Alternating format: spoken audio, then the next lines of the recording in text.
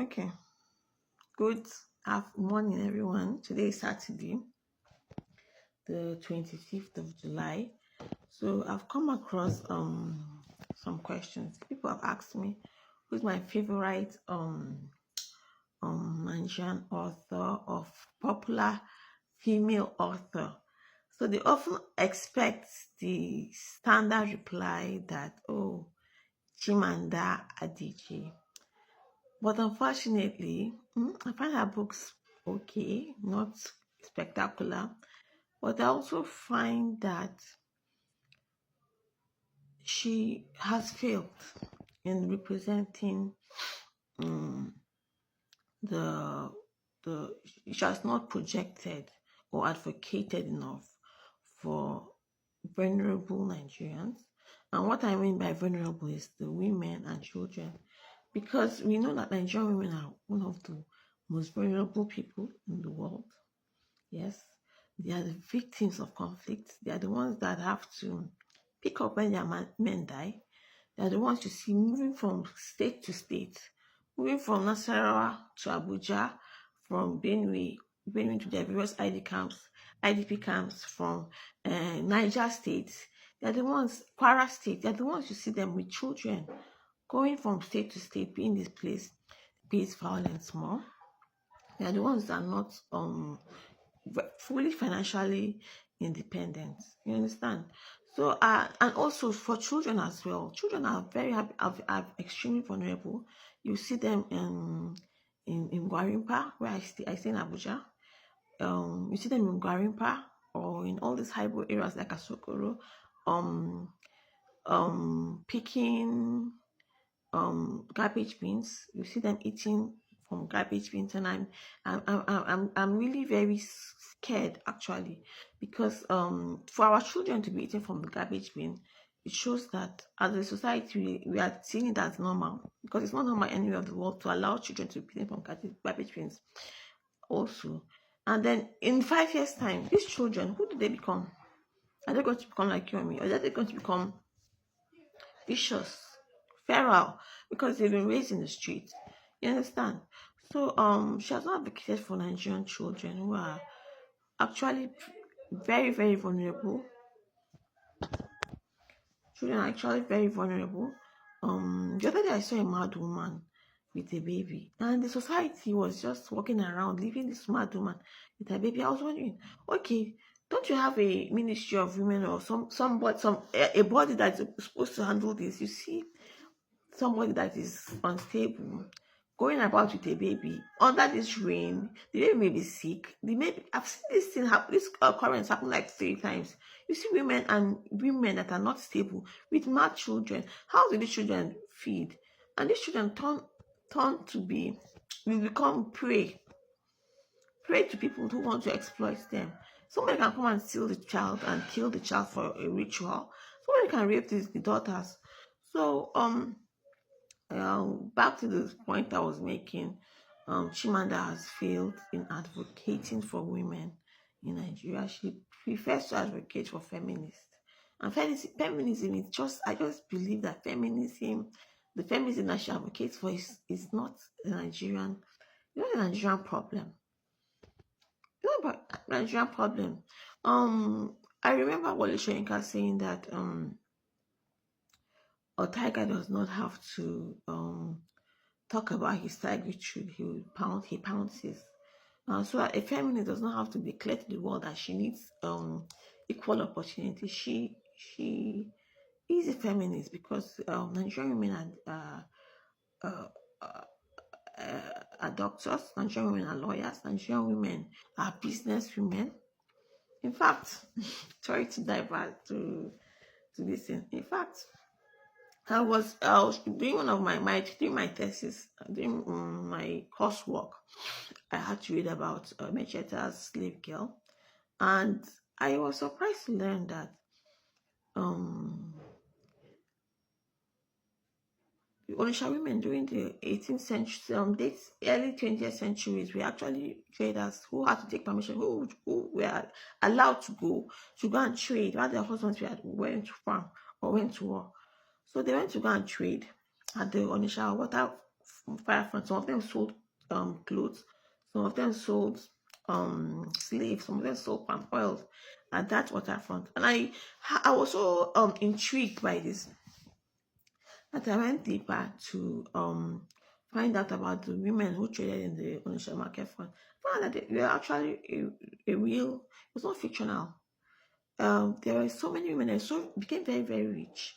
In fact, one of them was the mother of Flora Nwapa, and one was the mother of the first medical doctor, a female medical doctor in Nigeria.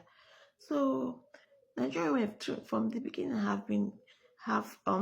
have access, we have been opportune to be able to go toe to toe with our men. Some of them have been stronger, more forceful in getting their financial liberty.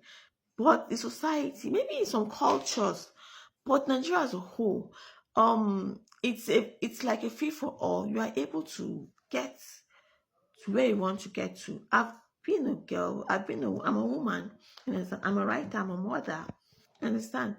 But everything I struggle, but I struggle and I'm not suppressed because of my gender. So what is really the issue with women in Nigeria is not being suppressed by men, no, you understand? It is more of the spiraling effects of the systematic rot that we're experiencing. So that's why I don't really like Adichie. She's not an advocate for Nigerians. I hardly hear her voice about Nigerians. She does not talk about Nigerian women. She does not talk about women being killed. In fact, actually, that's my 2 cents. But my best feminist writers are Buchi Emecheta. I love Buchi Emecheta because she is a mother. Understand? She's very motherly. She's very, very she's herself. She was also very very in tune with her roots. You understand? A writer has to be in tune with herself. You understand? Because I always feel like writing is trying to harmonize your internal self and the external self, because your internal self is always at par with your external self. So Buchi Emecheta was able to she was trying to harmonize the internal conflict with the external conflict. So that's why I love her. And I also love the fact that she strove and she succeeded, because she had, at the point, she was a single mother with 5 children. And then I think she was able to achieve success nationwide, even worldwide success with her novels. Then my other second writer is Zora Neale Hurston. She was extremely nonconformist. She was born in the 1890s. But if you read her works, you feel that she's so contemporary. You could read her works today and feel, she's just a woman on the street, because she's so contemporary and she did not take herself seriously. And I also love the fact that she did not lay all the sins on the white man, because that white man, the Nigerati at the time, that's what she called them, the black elites that were in the Harlem Renaissance scene, were focused on racial disparity, racial polarity, but she was focused on universality. Her own subjects were more universal, her own themes were more universal. Then another thing I really liked about her was she was able to show the world about how African chiefs also exploited their people. She wrote about King Gezo in her book Barakun. Barakun is a story about a slave, the last surviving slave that passed through the Middle Passage. His name was Kujo Williams. And so she interviewed Kujo, and he told her about how he was stolen from Tapoi. Tapoi is a place in Nigeria. I think I researched further and found that he came from Tapoi Obante, which was from Nupe. He was a Nupe man who was captured by the Amazons of the Dahomey, those women that we used to applaud, but obviously they were terrible women because they went to African towns, killed the weak. The weak is the weak. What they mean by the weak were children who could not walk, old women or aging women, or people that had were not mobile. So if we are not mobile enough for them, or we're not young, they will kill you and take the strong ones to go and sell. So they went and so she said that in her brought to the book, Barakun, the story of the last passage, she talks about the African chief of Dahomey, of the Fon dynasty then. His name is King Gezu. She talked about King Gezu stopping farming, stopping going to fish, stopping everything that has to do with economical activities, and focusing on going to nations to go and get Africans to ship across. Even after the whole slave trade was abolished, he continued.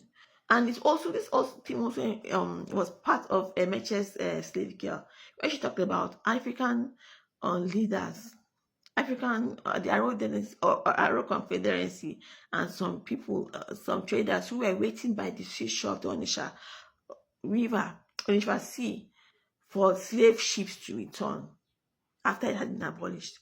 That is the show. She really opened our eyes on that. So that's my two take. I like Zora and I love Buchi. Thank you.